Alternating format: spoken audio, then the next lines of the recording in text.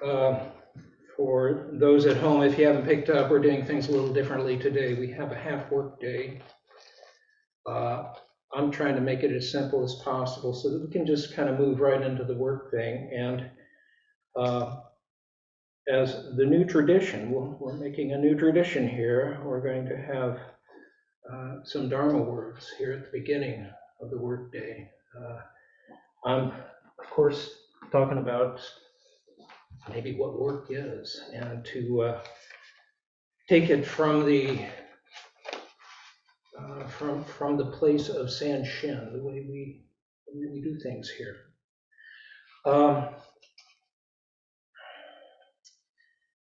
Yes, in the context of Sanshin, and the way I think of this is going to sound a little strange, but I sort of think of Sanshin as a piece of furniture, and it's supported by a three-legged table. So if you can imagine this three-legged table, work, study, zazen, supporting Sanshin, the table.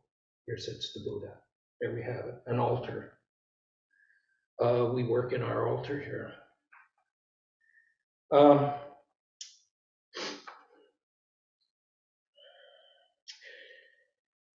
The three legs can all be thought of as mind or study, work, which is body, zazen is spirit, mind, body, spirit. It's with this body that we're engaged with this and with this dharma. The body itself is the work we do. And with this vessel, this body, we are able to express prajna wisdom. It is the tool that one has to be the dharma. For what else can one? How else can one care for that which supports this practice and each other and sentient beings in general? I think there was a Chinese master somewhere, I don't think the name is attributed to him, that said magical power, marvelous action, chopping wood, carrying water. The mundane stuff, that's our blood flowing every day.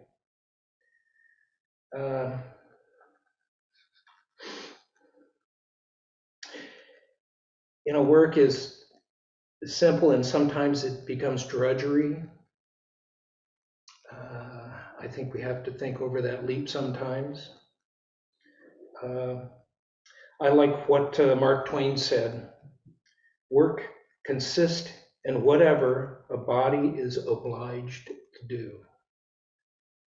So you can think of this in so many ways, just taking care of ourselves and our family and our lives, our yards, our minds, all requires a kind of effort. Play consists of whatever a body is not obliged to do. I like that counter. We're all obliged to feed ourselves, walk the dog, shovel the snow, and so on. But there can be a great pleasure in these things too. So it's kind of a blurry point there. What is play? What is work? Thoreau said, many men go fishing all of their lives without knowing that it is not fish they are after. And, I can hook that to my work. And the things that have, the time I spent in the studio thinking I was working so hard making art, and sometimes hating it, sometimes loving it, sometimes feeling like drudgery,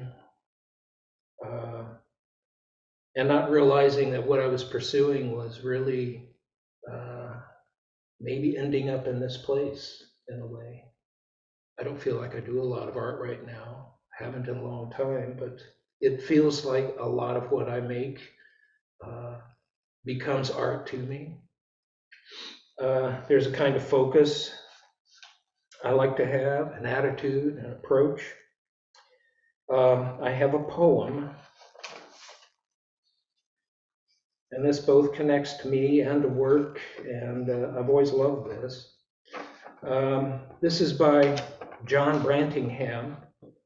It's a poem called Putting in a Window, and I actually heard this for the first time on NPR with Garrison Keillor when he was reading poems. So this is probably 10 or 12 years old now. Putting in a window. Carpentry has a rhythm that should never be violated. You need to move slowly, methodically, never trying to finish early, never even hoping that you be done sooner. It's best if you work without thought of the end. If hurried, you end up with crooked door joints and drafty rooms. Do not work after you are annoyed just so the job will be done more quickly. Stop when you begin to curse the wood. Putting in a window should be a joy. You should love the new header and the sound of your electric screwdriver as it secures the new beams. The only good carpenter is one who knows that he is not good. He's afraid that he'll ruin the whole house. And he works slowly. It's the same as cooking or driving. The good cook knows humility, and his souffle never falls because he is terrified that it will fall. The good driver knows that he might plow into a mother walking her 3-year-old, and so he watches for them carefully. The good carpenter knows that his beams might be weak, and a misstep might ruin the place he loves. In the end, you find your own pace, and you lose time. When you started, the sun was high, and now you're finished.